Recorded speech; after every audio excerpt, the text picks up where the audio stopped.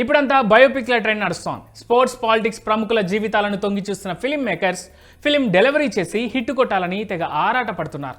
ఈ క్రమంలోనే star cricketer Rohit Sharma biopic తెరకెక్కించేందుకు బాలీవుడ్, టాలీవుడ్ మేకర్స్ పోటీ పడుతున్నారని, అందులో ఓ మేకర్ రోహిత్ శర్మ క్యారెక్టర్ కోసం శర్వానంద్ను ఎంచుకున్నాడని ఓ టాక్ సోషల్ మీడియాలో తెగ వైరల్ అయింది.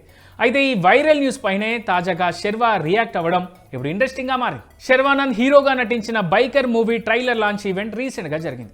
ఇక ఈ ఈవెంట్లో రిపోర్టర్స్ శర్వాను రోహిత్ శర్మ బయోపిక్ గురించి అడిగారు.